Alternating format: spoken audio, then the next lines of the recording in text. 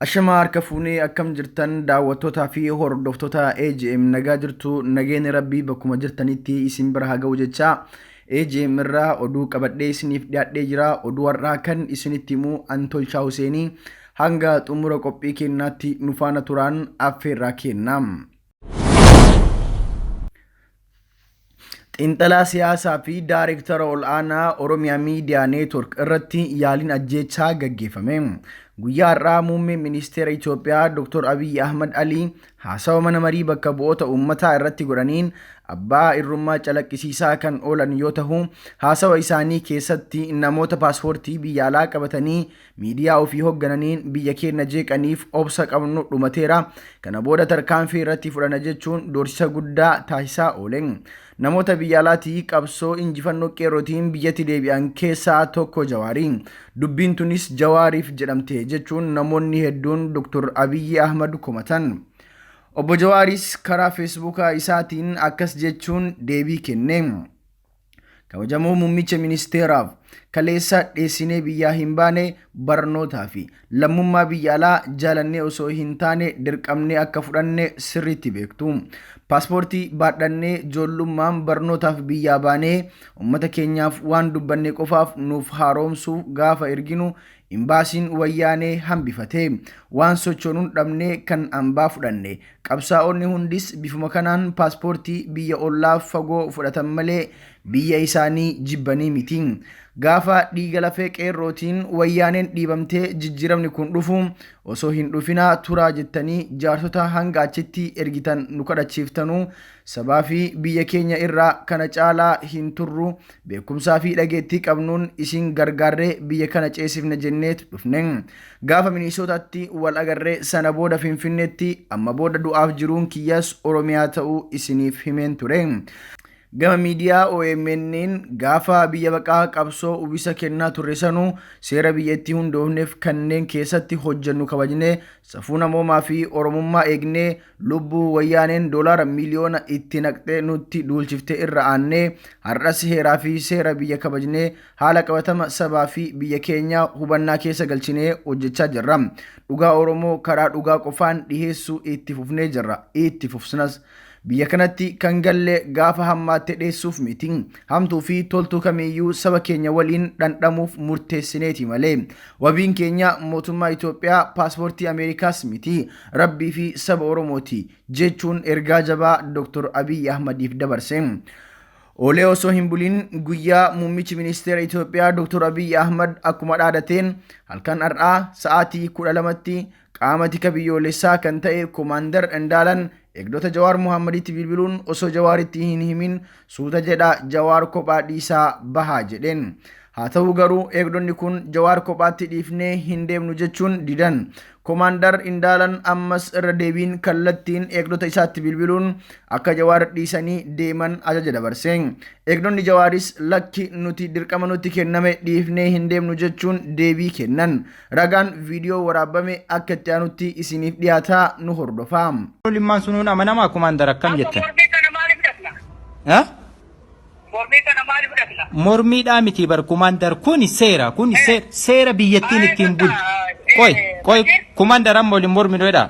Amma isinummaan ministeera tokko gara ministeera biraa nu jijjiirtani nama bakka buuftaniiti miti? Hin buuftanii mi? Kan buufnuuf hin jira. Kan hin buufnes jira. Bakka baa Aga immoo nama bakka buuftaniinu halaafitan akka nuuf fiddaniin ministeera biran akka ministeeraatitti ministeera caalaa eeggamuu qaba namichi kun. Indagana akkamitti nama bakka osoo hin buufne akkamitti baanu hin jettan? Eenyu haa eegu namicha kana? Ajajni seera qaba Koomaandar. Yoo isin seeraan nu ajajjan seeraan hin fudhanna. Bakka amma isin halkan kanaan baa halkan kana lubbuu namaa hin nuggannee baanu. Dura lubbuu namaa kana eegatanii nu ramaddanii mi waggaa tokkoof kaas ture. Eenyu teeg halaafinna eenyu fudhata halkan kanaanu? Nu fudhata. Akkamitti fudhattan isin? Eenyu fudhata? Nu osoo hin taane qaamni nama fudhatuu sun beekamuu qaba. Amma kun bar dubbii dhugaa irra wal mormaa irra Koomaandar nuti fudhataa osoo hin taane jechuun gaasii hin jennee miti. eenyutu bakka bu'aa jennee baramma ba'aa dhabuu osoo hin taane VIP'n tokkoof security'n biraa jijjiiramu security'n biraa bakka bu'eeti. Makeetii miti makiyyaa miti. Okkoo qaama mootummaatu dhimma. Dhimma keenyaati.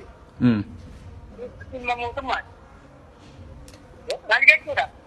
Kun kumandare ani osoo kaddu'e boolla ol ba'eetii alaafinna tana kenname kana seera mootummaa cabsuufillee mitan. Seera mootummaa ni hordofa ni kabajas. Qajeelcha keessanis ni fudhas ni hordofas. Security maan tokko VIP tokko ba'u bakka buusee deema malee akkamitti bakka duwwaa halkan kanaan bineensa jedhan nama gatanii deemuun maali?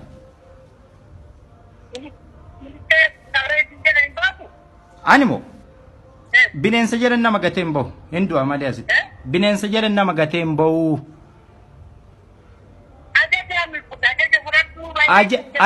Ajaja seeraan na dhufeen fudhaan ajaja oomin fudhedha ajaja karaa seeraatiin ni fudha har'a dhiisii borus. Ash.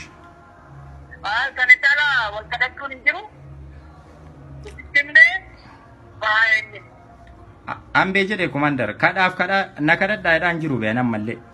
Kun seeraan haa deemnu akkuma tanaan dura dalagaa turtanii naa dalagaa olfaa naa daladhu ammas. Maal jenne? Kobbaa hin jenne malee maal hin jenne? Kobbaa eenyuun bakka buusee ba'a.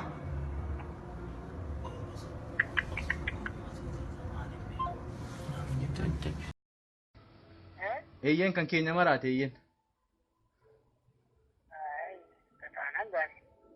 Bahuu hin dandeenyu ol kan kanaan nuti eenyumtiyyuu ija Oromoo ijji keenya isa ijji keenya yoo barbaachisaa ta'e asitti abbaan barbaade dhufee wareegama kenninee wareegamnee darbina malee sadiisnee bahuu hin dandeenyu yeroo kana.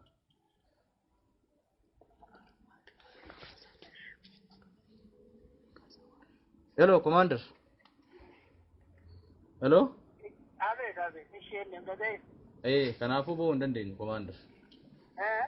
Kanaafuu hin baanu kun wanni hunda keenya hundi keenya iyyuu bahuu hin dandeenyu hin baanu aarsaa kaffalamuu qabus immoo asumatti kaffalla jennee walii galleerra Commander.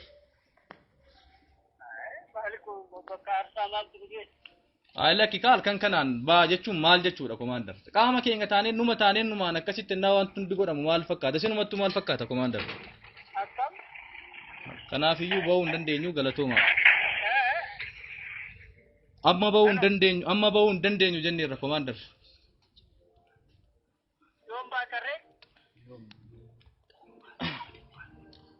Yoo barbaachisaa ta'e yeroo namni nama biraa ramaddanii fi nama biraa yoo hojiidhaaf barbaadamtu jettan nama biraa ramaddanii fi yoo ta'e malee hin baanu.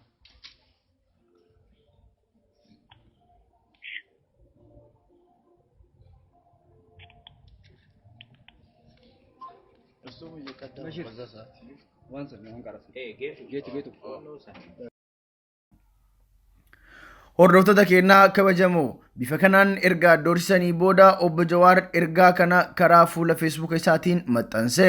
Qeerroon magaalaa Finfinnee akkuma waan kana dhagaheen gara mana obbo Jawaar deemuun mana Jawaar marsee eegaa bule. Guutuu Oromiyaattis hiriirri yaamame. Rogeessi beekamaan Yahyaa Bashiir dhimma hiriira yaamame irratti akkas jedhe.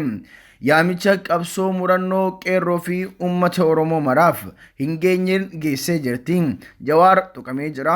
Sikuriitii isaatiin gadhiisaa bahaa jechuun dirqisiisaa jiru. Itti aansee maal gochuuf akka ta'e sitti himuun hin barbaachisu. Sikuriitiin Jawaar qeerroodha malee humna biraa miti. Sikuriitii Jawaar nama 5 yookiin 50 mooraa isaa jiran osoo hin taane ummata Oromoo miliyoona 50 guutuu Oromiyaa jiru tahuu bor ganama irraa qabdee diinaatti agarsiisuu qabda. Guyyaa boruu osoo hin taane sa'a kana irraa qabee qeerroon Oromiyaa guutuu wareegama kaffaluuf of qopheessuun dirqama. Sa'a kana irraa qabee karaan gara Finfinnee seenuu hundi cufamee qeerroon kallattii hundaan Finfinneetti jiguu qabda. An Oromoo Jawaar irra haftu sabaan qaba jedhee kana booda hin qabsaayu. Yahyaa Bashiir itti dabaluun nama kallattiin ajaja kana Dr. Abiyyi irraa fuudhee hojiirra oolchaa jiru akkas jechuun saaxile. Obbidiyoo keessaa warri waan kana duuba jiru eenyu akka tahee qorannoodhaan irra gahamee jira. Abiyyi jalatti Damballaash Gabra Mikaa'ilii fi Malaakuu Faantaati. Jarri kun Jawaar ergamtoota ilmaan nafxanyaa tahuun Jawaar irratti xiyyeeffachuun ummanni keenya haa beeku. Egaan hordoftoota keenyaa odeeffannoon hanga ammaa nu harka gahee kanumaa wantoota haarawaa hordofnee kan isin biraan geenyu gahaa. Ammaaf sagantaan keenya ganumaan goolabaa sagantaa birootiin hanga walitti deebinutti nagaan nuuf tura.